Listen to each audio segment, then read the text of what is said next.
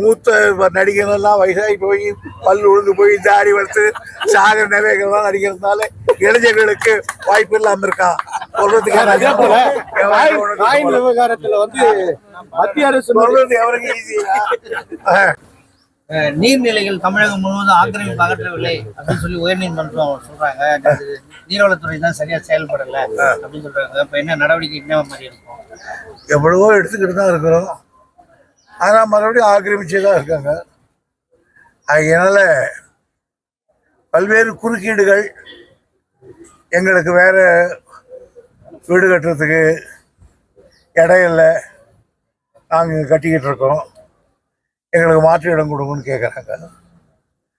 சில நேரங்களில் பள்ளிக்கூடங்கள் போகிற கட்டிடங்களை கூட கட்டிகிட்டு இருக்காங்க. ஆகையினால எங்களுக்கு இருக்கிற ஸ்டாஃப் ரொம்ப கம்மி.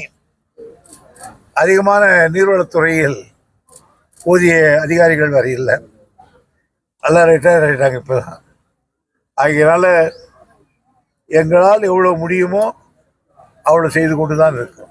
மேகதாது அணை கட்டுறதுக்கு உச்சநீதிமன்றம் ஒன்றும் தடை விதிக்கல, அதனால நாங்கள் கட்டுவோம் அப்படின்னு சொல்லி சிவகுமார் மறுபடியும் நேற்று முன்தினம் அறிவிச்சிருக்கோம். சொல்லி அழுத்து போயிட்டேன். அவங்க ஏதாவது சொல்லுமே போகிறாங்க, விடுங்க. அதனால ஒன்றும் பெரிய பிரச்சனை அது. அவங்க பாலிட்டிக்ஸுக்காக பேசிக்கிட்டு இருக்காங்க. நான் அதை பற்றி அதிகமாக பேச விரும்பலை.